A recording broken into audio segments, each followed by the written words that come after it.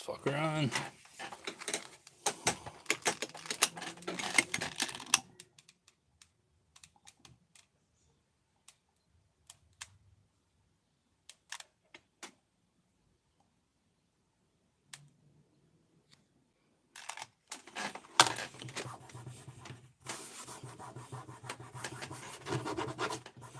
Hello, bruvs.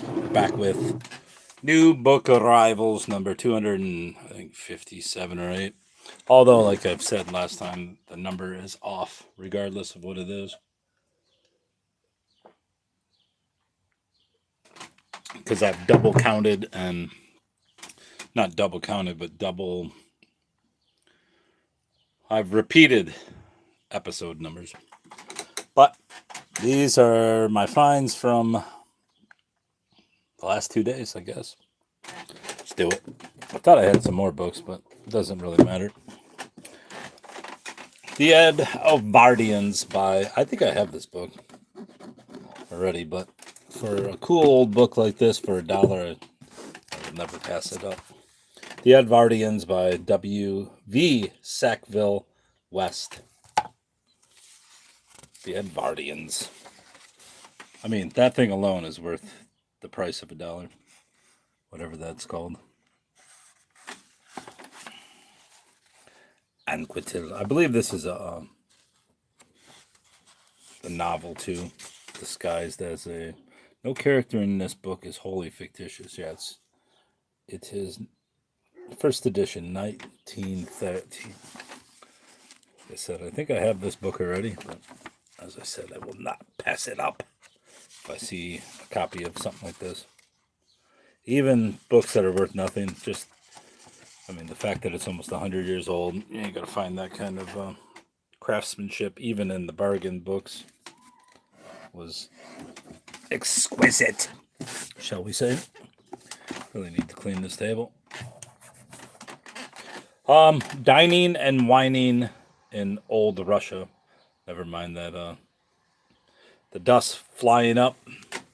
I did an Instagram post on this book. Just a couple pages. Little music accompaniment with it. Dining and Whining in Old Russia by Nina Nikolaevna Selivanova. 1933. E.P. Dutton, Russia's Women, has also written Russia's Women is full of astounding information. Here's the pictured life of Russian wives. The Russia of the Tsars is gone forever. Gone is its colorful life, so full of light and shadow. Gone the customs, so in keeping with the country and the people. Gone the art of good living. Since the downfall of the Russian Empire, countless memoirs have been written. What's up, bruv? Interpreting its past and all of its various phases. In them, we find reflected both the life and the customs. You know, it was weird. Yesterday I was looking up Russian and Israeli relations just because in many doom and gloom, end of the world type religious books, they claim that Russia will invade Israel. So I was looking it up and it said that I think 17% of Israelis are Russian. Maybe I'm misquoting that. But anyway, holidays and other ceremonies. There were many holidays in Russia, but only a few had any peculiar food customs connected with them, and even these were mostly observed by the lower classes. Christmas Eve was one of them. In the 20th century, few were the people who did not eat until the first star glimmered in the sky. Yet, some 200 years ago, everyone waited until then, when kutia, boiled wheat sweetened with honey, and sprinkled with poppy seeds or boiled rice with raisins and nuts, was served before the dinner, which was always without meat, as Christmas Eve was a day of fast, ending the 3 weeks fast before Christmas. Here is a menu of what was eaten. There will be no menu because I ain't reading the whole thing. Souffle of crabs, croutons, puff paste pierogi with fish filling, palav of lamb and or mutton,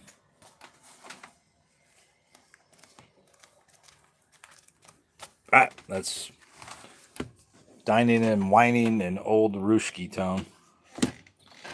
Ah, Kurt Vonnegut Jr., Breakfast of Champions, a novel. This explosive meditation ranks with Vonnegut's best. He is still our funniest pessimist, a magician of misery and farce.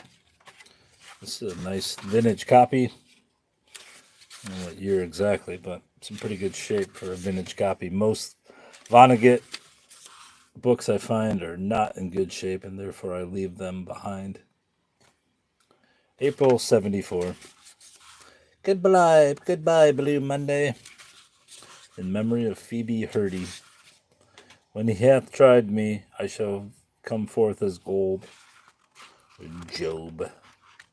Yeah, it's in pretty good condition. This kind of looks like a what you call it, book club edition kind of thing.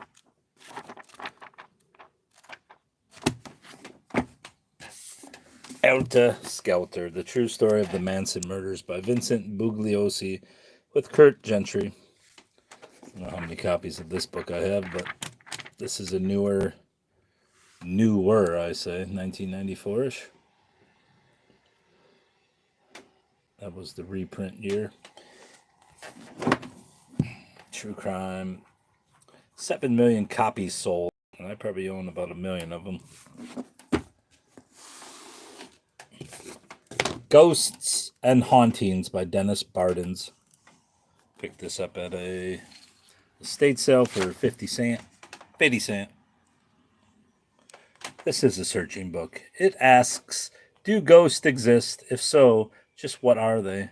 And it presents a number of conjectures and much eyewitness evidence. Ghosts, do they exist wholly in the mind of the percipient, or have they separate existence? Asks Mr. Bardens.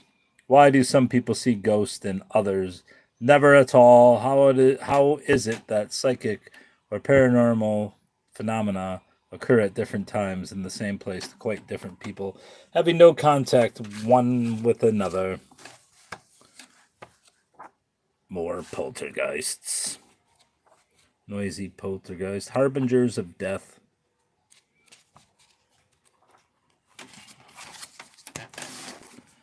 Let's go with this. The Vampire Companion, the official guide to Anne Rice's The Vampire Chronicles. I already have a copy of this, but I don't believe I have a hardcover copy, which is why I paid $1.99 minus 30%. What's that, 60 cents off? 70 cents? Can't even see it. Why the fuck won't you show the $1.99, you bastard? Because I'm curling my finger? Yeah, it is. Alright, there, we'll flatten it. So yeah, it was about $1.39. And shipping alone for this book would cost about $7, so it's always a deal to me. As I said, I think I have a paperback copy of this, and now I have a hardcover copy of the companion to the Vampire Chronicles, which I'll never read. The Tudor Wolf Pack and the Roots of Irish America. I sent wolves, not shepherds, to govern Ireland. Elizabeth III. Guy at the thrift store charged me $1.99, although you can clearly see it says 99. He's like, no, I think it's $1.99. Like, all right, buddy, I'm still getting 30% off because it's my birthday month, but go ahead, charge me fucking extra. What's it to me? What is an extra 70 cents to me? The book maestro. To Deborah and Hillary and Sean, best wishes. Jack Bray? Kind of looks like it says Jackie Bray. Well, the book's worth nothing, but it's got a signature, so it's worth nothing plus a signature. Signed copy. This book seems interesting enough to put on my reading list for the channel. The Disastrous Mrs. Weldon by Brian Thompson. The Life, Loves, and Lawsuits of a Legendary Victorian. We will pull this off. I don't think this book's worth anything, but I paid $30 or whatever for it. Fucking stickers. I hate those stickers. Let's see what she's about. Someone scanned it with their phone to see if it was worth any money. Obviously, it's not. It doesn't really say. Late 19th century arch manipulator Georgina Weldon, a vengeful egomaniac on a grand scale. She may not have a familiar name, but she has a story that is vibrant and memorable. Born to fanatically snobbish parents on Princess Victoria's 18th birthday. What's up? The hell's that, Jerdog? Georgina Weldon grew up to wreak havoc on almost everyone she met. Her father was the first to miscalculate Georgina's maverick nature. After he lost both a run for Parliament and any chance of inheritance, he took his family off to Tuscany, where he could watch and wait until his daughter became old enough to marry well and so repair his own fortunes.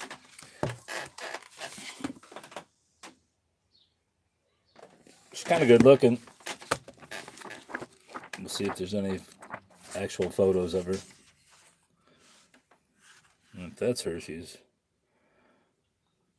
not so good looking. Still going to read this book at some point. Yeah. That was her in 1857. She was looking good there, but not so good anywhere else. Adam Bede, or is it Beatty, by George Eliot.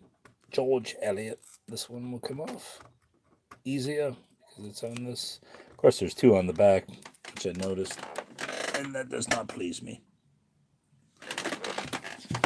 Fuck you. The world's best reading. World's Reader's Digest. George Eliot. What was her real name? Marianne Evans. Don't really know much about George Eliot or her books.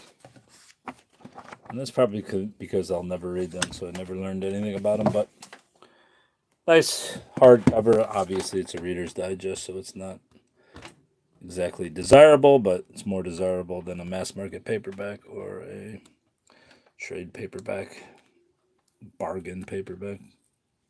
At least Reader's Digest puts a effort to make their worthless book look semi-fancy. And I missed the garbage can with that. The ancient language of sacred sound, the acoustic science of the divine. I didn't even read the back of it. I read the title and I was like, this is good enough for me. What's this about? The earth resonates at an extremely low frequency, known as the Schumann resonance. This natural rhythm of the earth precisely corresponds with the human brain's alpha wave frequencies, the frequency at which we enter into one and come out of sleep, as well as the frequency of deep meditation, inspiration, and fuck off. I don't believe any of that bullshit whatsoever. I mean, for one, we're obviously aliens on this planet. No other species on the planet fucking act like we do. All of them have temperance, even like a fucking lion that'll rip a zebra's head off, but that's all he'll eat. He'll only kill what he has to kill. The Valley of Decision, a novel of steel. Pittsburgh. And you may ask, why do I have a book on the novel of steel of Pittsburgh and the University of Pittsburgh Press? Well, I'll tell you why. Because there was a channel that featured a story from Pittsburgh on the same week that I found a book. Oh, look, we got someone's David Russell. We'll hide your information, David. On the same week that I bought a book about Pittsburgh just because it was worth money. And to me, that's a sign that I need to collect books on Pittsburgh now. I mean, I wasn't looking for this, but it popped up and I saw Pittsburgh. And I was like, God damn it. Now I got to start a fucking collection on Pittsburgh. At least I think it's about Pittsburgh. Could be about Botswana as far as I know. Let's see what the preface says. Yeah, it's Pittsburgh. So yeah, now I have a collection on Pittsburgh books. The Ancient Ones by Edward F. Topa. And I found this inside another book and slapped it in there. Joel Lennington, Ann Arbor. It's signed by this guy. And the premise of this book is The Ancient Ones is the story of Edward Amelot, a renowned anthropologist, and his theory that thousands of years before Christ, travelers from the Far East came to Central America, where they met the Olmec and Mayan Indians and shared their knowledge, skills, arts, and beliefs. The pursuit of this theory leads Edward on a search for a hidden temple in the jungles of Chiapas, Mexico, where he learns of an antediluvian world that has never been explained by the literati of his profession. Whether it's true or not, it's signed by this guy, and he is a Michigan relative. Maybe he is related. I don't believe I'm related to any Topas, but you never know. But yeah, it will fall under both conspiracy and Michigan, since he's from Michigan. Michigan authors. The Ancient Ones. He also says no transmission of this book, so I might read it on here. No, may be reproduced. You'll see about that. Topa.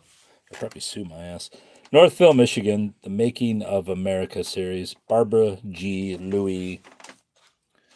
Stockholders. I researched the area, so this is within that realm. It's a fucking great house. Look at that house. These shitholes they build nowadays. My God.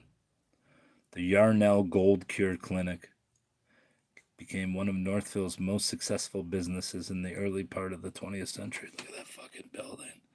That house is brilliant.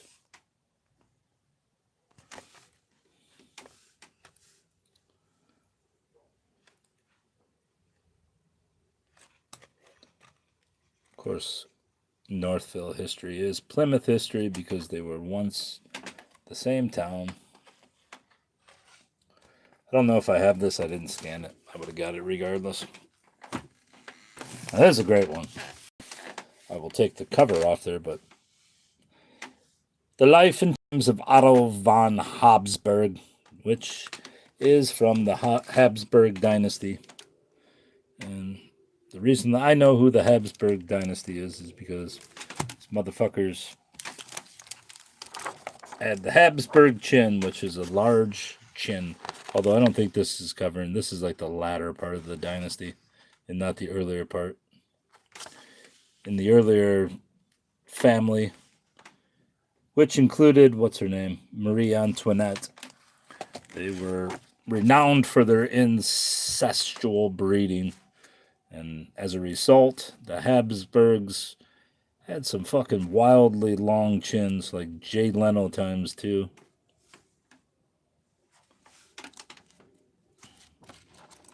They were chinny chinny bang bang, but I believe these are like the latter day Habsburgs. Yeah. 1922. So yeah, these are the late Victorian Habsburgs. Not part of the Habsburgs that are more interesting inbred fucks, but these are the end of the line. But there's also the Mylar jacket on there, which I will rob and put on a good book. Never know, this book might be worth something, but I doubt it. All right. The Eyes of the Dragon by Stephen King, as I call him. Probably not worth much, but the book was only a quarter. As were many of these in this pile. One of the thrift stores I go to sells paperbacks for a quarter. And so I picked up a bunch. As You Like It. I only get the Shakespeare ones, the mass markets that have interesting covers. Shut up, pup. Maybe it's that cat again out there. Who you barking at, Bubba? Hamlet, King Lear, As You Like It, and Othello. Dog ain't putting up with that bullshit. That's the dog that always runs over and sees me. I don't know why. One of those dogs across the street that barks at me jumped in my car. I think he wanted to go to work with me.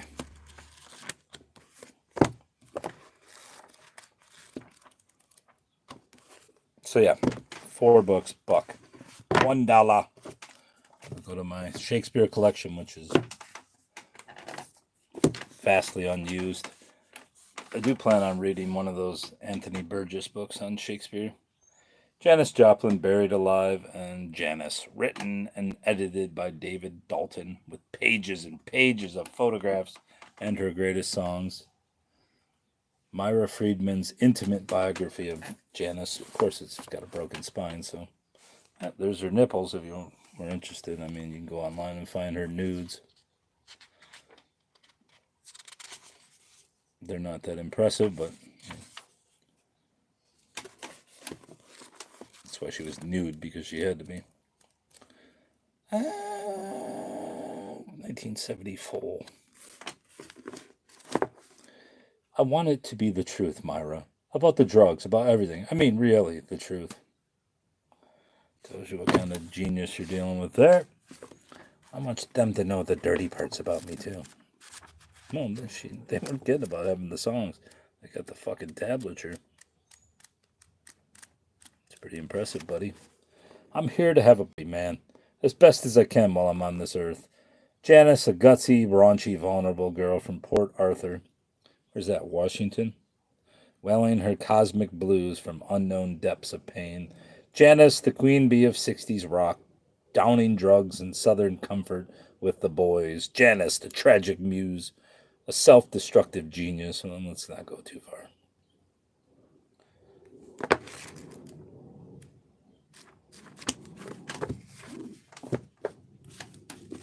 Popcorn Venus, which is a great title. Women, Movies, and the American Dream by Marjorie Rosen. Provocative, one of the best books ever written about the movies. I mean, I like the cover and I like the title. I hate the fucking starlets, though, because, I mean, I don't know. Which is funny because I also got this book. Did I get it at the same place? No, I got this at the 25-cent place. This was 50 cents. Apparently, this book has gone back up in value. Hollywood Babylon by Kenneth Anger. Book selling for like 20, 30 bucks in some editions. I get 20 or 30 bucks for this. So I know I have copies and they used to be worth next to nothing, but apparently people are now in love with this book. Does that say 1981? First Dell printing. Yeah, I don't know why. Somehow there's been a, probably because everyone knows Hollywood's fucking rigged. It's bullshit. Flickering image of the ideal woman. Her name is Mae West, Mary Pickford. You're right, you already told me enough about mindless bints. Beowulf, Burton Raphael. I started reading Beowulf, a different translation, and I mentioned this translation by Burton Raphael, and now I have it. I used to have this book. I don't know what I did with it. Maybe I sold it. But for $0.25, you can't beat it. It's in great shape. It's probably 1960s, since it has no barcode. 63. There's no way that's 63. It might be, though. Seems more 70-ish, but no barcode. There's the ISBN, so it's probably some kind of... Why the fuck don't you want to show it? You don't want to show it, do you, buddy? There it is. I promise you it's there. But for whatever reason. A Chill in the Lane, a ghost story by Mabel Esther Allen. I don't think I've ever seen this book before. It's obviously scholastic. Lid's going to faint, Tom cries, as they drive down the narrow wooded lane. I'm all right, Lid, pale and shaking, tells them it was just that awful cold. What is the sudden chill Lid feels in the lane? What unseen force is reaching out for her? Somewhere in Lid's unknown past lies the key, if only she can uncover it in time. Here's this bullshit. 1974.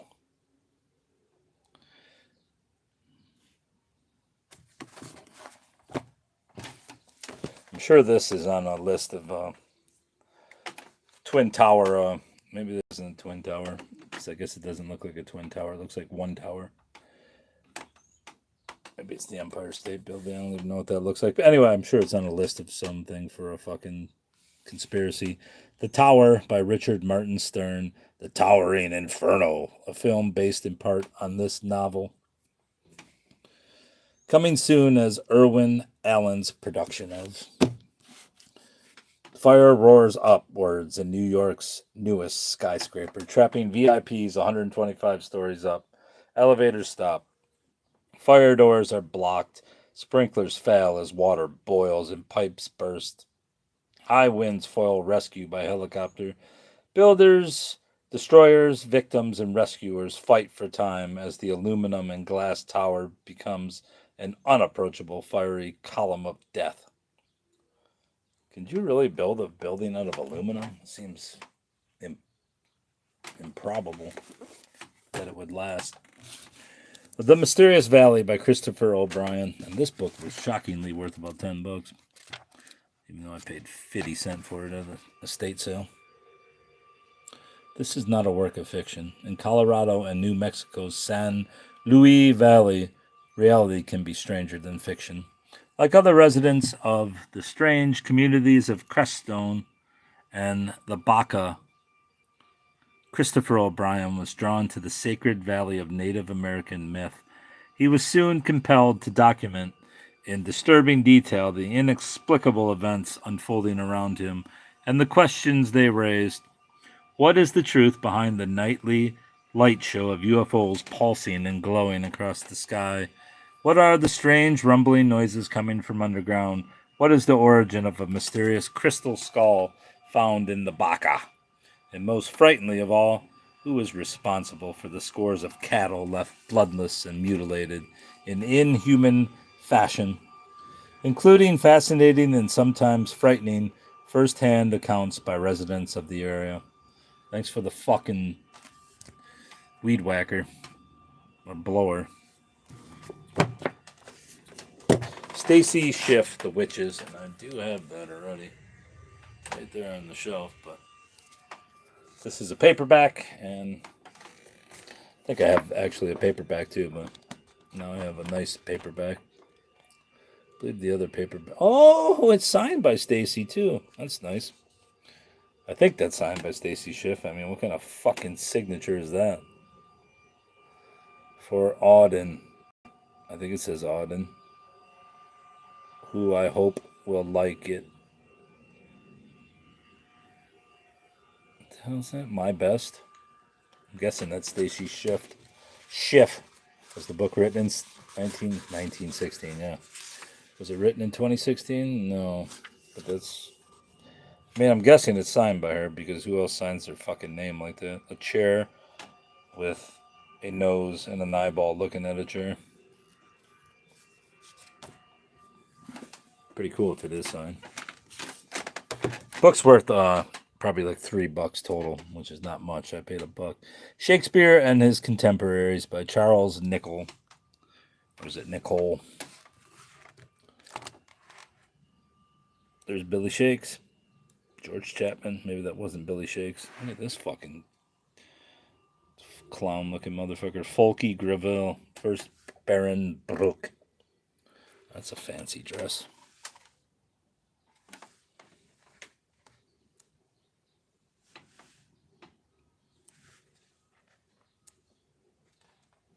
A History of Two Maids of More Clack. Nice beard, bro. Look at this fucking guy. He looks defeated. He looks like he's suicidal. He's a fucking roughly clown himself. Look at that hair. That's a fucking mane, bruv. It's a mane. Chris Cornell. Is that Marlowe? Unknown man called Christopher Marlowe. Anyway, interesting enough book for $1. Why has it got a skull on the front? I don't understand. Love all, trust a few. Do wrong to none, be able for thine enemy. Rather empower than use, and keep the friend under thy own life's key. William. And then there's this fucking pap. Sex with Shakespeare. Here's much to do with pain, but more with love. A memoir by Gillian Keenan. And look at her. I mean, what do you expect? Hey. Love, it's timeless, sublime, tricky, sometimes painful, and hard to understand, just like a certain English playwright all know. In Sex with Shakespeare, Gillian Keenan tells the story of how the Bard's plays helped her embrace her unusual sexual identity and find a love story of her own. 400 years after Shakespeare's death, Keenan's smart and passionate memoir brings new life to his work. It probably doesn't. With 14 of his plays as a springboard, the book explores the many facets of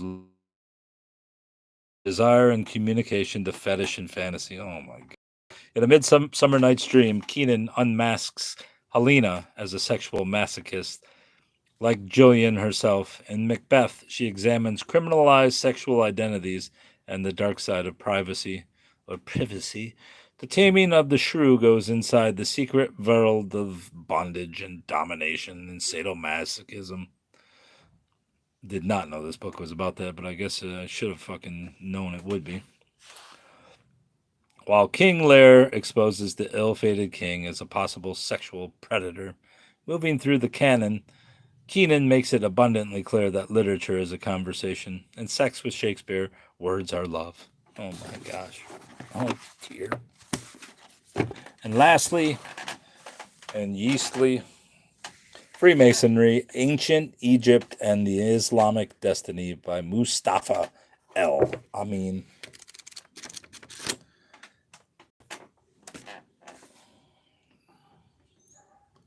See what he says. This scholarly work explains the destiny of man and society.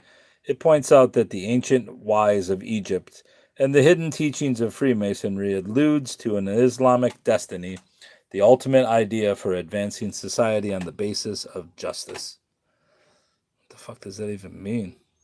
Freemasonry, Ancient Egypt, and the Islamic Destiny is an excellent, thought-provoking, and intellectually stimulating work that contains historical, philosophical, and analytical information on ideas and realities that are vital to human society. This book may be worth some money, just because it seems to be sort of DIY kind of book.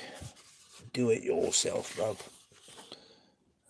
Yeah, copyright by Mustafa El Amin, New Mind Productions, Jersey City. This work is dedicated to those who seek knowledge and wisdom. It is dedicated to the many courageous men and women who have struggled to bring light, dignity, and progress to those who grope in darkness. Was born in Newark in 1957. He's probably still alive then. He'd be, what, 78? 68. He has devoted the last 13 years to the study of Al-Islam and Freemasonry. Is there a branch of Freemasonry that is Islamic? Coleman Young. Wait.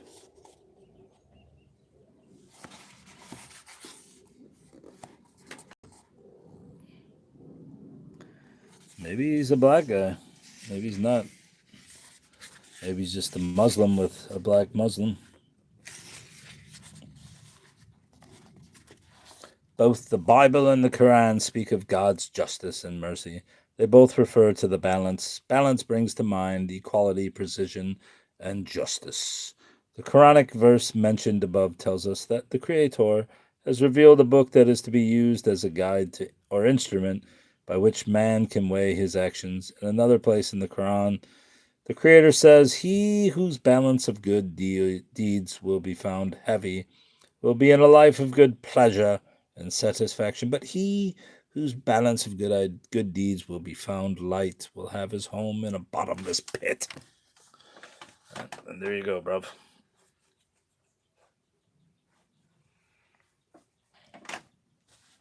This post was a bottomless pit.